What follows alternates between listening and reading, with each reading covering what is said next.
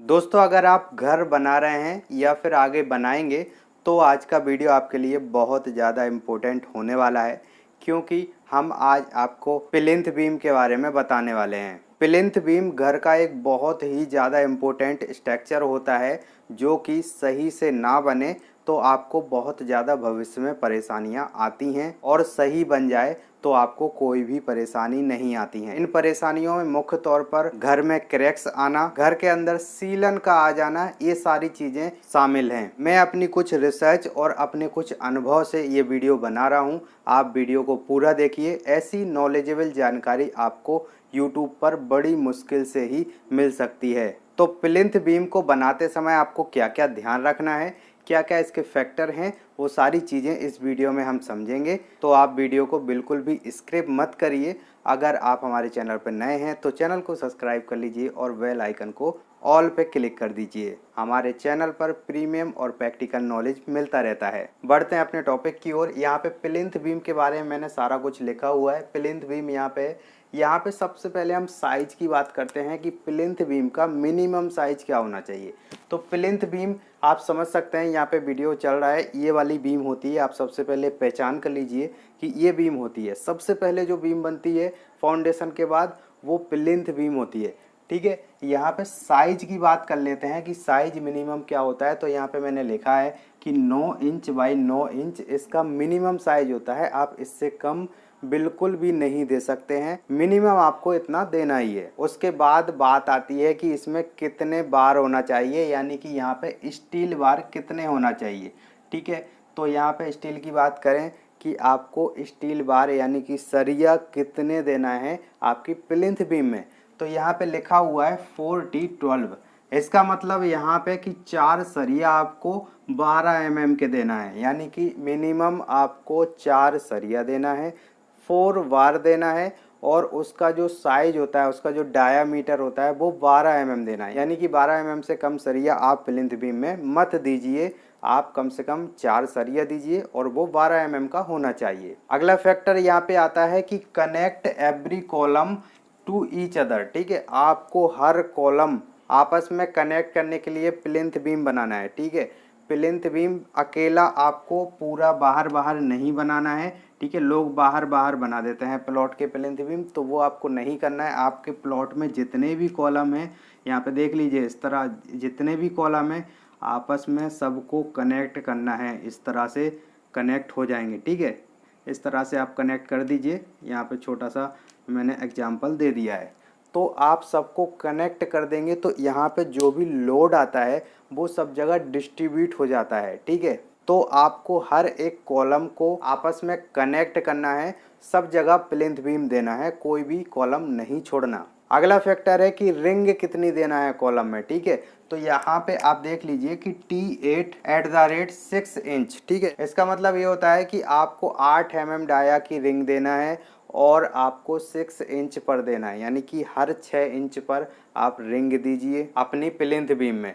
ठीक है, और फिर रिंग के बारे में मैंने ऑलरेडी एक वीडियो बना के रखा है कि आप जब जैसे ही कॉलम के पास आते जाएंगे तो ये जो 6 इंच है ये कम होता जाएगा। बीच में हो सकता है आपको 6 इंच 7 इंच का भी देना पड़ सकता है, लेकिन जब आप पास आते जाते हैं कॉलम के तो वहाँ पर आपका जो है 6 इंच 4 इंच भी हो सकता है। ठीक है, तो वो एक अलग वीडियो मैंने बना के रखा है कॉलम और बीम का।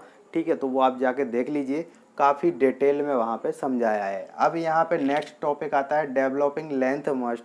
ठीक है, तो यहाँ पे डेवलपिंग लेंथ का मतलब ये है कि जैसे ही आप कॉलम बनाते हैं, मान लो ये कॉलम है, ठीक है, और यहाँ पे आप प्लिंथ डाल रहे हैं। ठीक है, यहाँ पे प्लिंथ बीम में आपको सरिया ऐसे डायरेक्ट नहीं कर देना है, जैसे लोग ऐसे कर देते हैं। ये कॉलम है और नीचे ऐसे ही डाल दिया है। ठीक है, तो एंड पोर्शन पर आप बिल्कुल सीधा मत छोड़िए, आप इस तरह से हुक बना दीजिए। इस तरह से आप हुक बना दीजिए सरिया का और कॉलम वाले सरिया में फंसा दीजिए, तो इस तरह से कुछ फंस जाता है।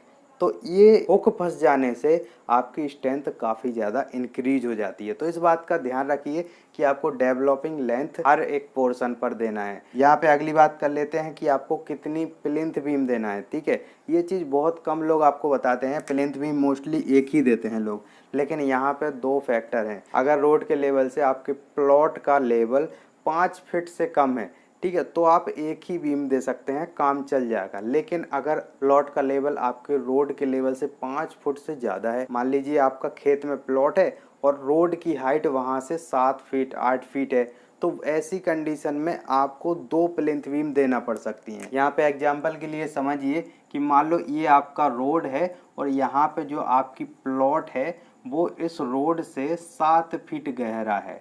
ठीक है, यहाँ पे 7 फीट गहरा है, तब आपको 2 प्लिंथ बीम देना पड़ेंगी। एक प्लिंथ बीम आपको यहाँ से नीचे देना पड़ेगी। जब आप 5 फीट कॉलम के गड्ढे की गहराई करेंगे तो वहाँ पर आपको एक बीम देना पड़ेगी। उसके बाद जब आप ऊपर इस रोड के 1.5 फुट पर आ जाएंगे तो वहाँ पर आपको एक प्लिंथ बीम देना पड़ेगी। तो इस तरह से 2 प्लिंथ बीम आपको देना पड़ सकती हैं। ये वाली चीज़ को अगर डिटेल में आपको समझना है, क्लियरली आप समझना चाहते हैं, तो मुझे कमेंट करिए, मैं डिटेल में ये वीडियो बना दूंगा। ये खेत में घर कैसे बनाते हैं इसमें आ जाता है। ठीक है, तो यहाँ पे नेक्स्ट बात कर लेते हैं। यहाँ पे आपको समझ में आ गया कि अगर आपकी 5 फीट से कम हाइट है तो आपको एक ही प्लिंथ में काम चल जाएगा, 5 से ज़्यादा है तो 2 देना पड़ेंगी। नेक्स्ट जो है brick work under and up of the plinth beam, मतलब कि आपको जो ब्रिक वर्क है वो प्लिंथ बीम के नीचे भी करना है और प्लिंथ बीम के ऊपर भी करना है। ऊपर तो सभी लोग करते हैं, नीचे बहुत कम लोग करते हैं। अगर नीचे आप ब्रिक वर्क नहीं करेंगे तो जब आप अपने प्लॉट की पुराई करेंगे, उसमें बालू या मिट्टी की फिलिंग करेंगे, तो नीचे से जो है कॉम्पैक्शन अच्छे से नहीं आ पाता है। इसलिए ब्रिक वर्क करना बहुत ज़रूरी है। तो प्लिंथ के नीचे भी आपको ब्रिक वर्क करना है। अगला पॉइंट आता है DPC after plinth for pipeline. इसका मतलब ये है कि आप अपनी प्लिंथ तो बना लिया आपने, लेकिन उसके ऊपर आप 4 इंच की एक डीपीसी डालिए बिना सरिये की। वो किस लिए डालते हैं? क्योंकि जब भी आप कोई पाइपलाइन डालते हैं अपने घर में तो आपकी प्लिंथ बीम आपको ना तोड़ना पड़े। क्योंकि आपका जो है प्लिंथ बीम के ऊपर अगर आपकी एक बीम डल जाती है तो उसमें ही सारे होल हो जाएंगे।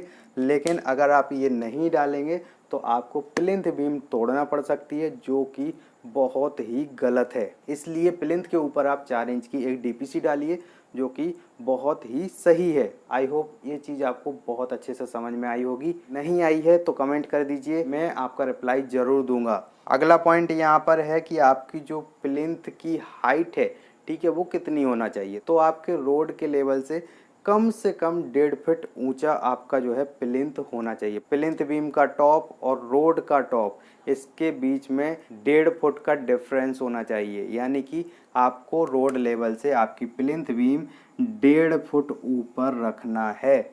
ठीक है, मिनिमम ये बोल रहा हूँ। अगला पॉइंट है कि बैक फिलिंग बाय सैंड। तो बैक फिलिंग बाय सैंड का मतलब है कि जब भी आप अपने प्लॉट की पुराई करें तो वो सैंड से करें, यानी कि बालू से करें। बालू थोड़ा मिट्टी भरा हो सकता है, थोड़ा ख़राब वाला हो सकता है, वो चलेगा। लेकिन जब आप मिट्टी से फिलिंग कर देते हैं तो उसके साइड इफ़ेक्ट बहुत सारे हैं। साइड इफ़ेक्ट का मतलब कि कॉम्पैक्शन सही से नहीं हो पाता है, चूहे अपना बिल कर लेते हैं, बहुत सारी चीज़ें। सैंड में क्या होता है कि चूहे अपना बिल करेंगे तो वापस वो बिल जो है अपने आप भर जाएगा। अब यहाँ पे दूसरी चीज़ ये है कि यहाँ पे कॉम्पैक्शन बहुत अच्छे से हो जाता है, तो काफ़ी ज़्यादा स्ट्रेंथ यहाँ पे मिलती है। और यहाँ पे भविष्य में आपकी दीवारों में क्रैक्स नहीं आएंगे। क्रैक्स आने का ये भी एक रीज़न होता है। तो ये सारे पॉइंट थे, आई होप आपको बहुत अच्छे से समझ में आए होंगे। समझ में नहीं आए तो कमेंट कर दीजिए, उसका रिप्लाई मैं ज़रूर दूंगा। व्हाट्सअप नंबर भी डिस्क्रिप्शन में दिया है, उस पर भी आप बात कर सकते हैं। इंस्टाग्राम पे फॉलो कर लीजिए, और कोई हेल्प लगे तो बहुत सारे वीडियो हैं, आप जाके देख लीजिए। मैं मिलता हूँ आपको नेक्स्ट वीडियो में, तब तक के लिए जय हिंद।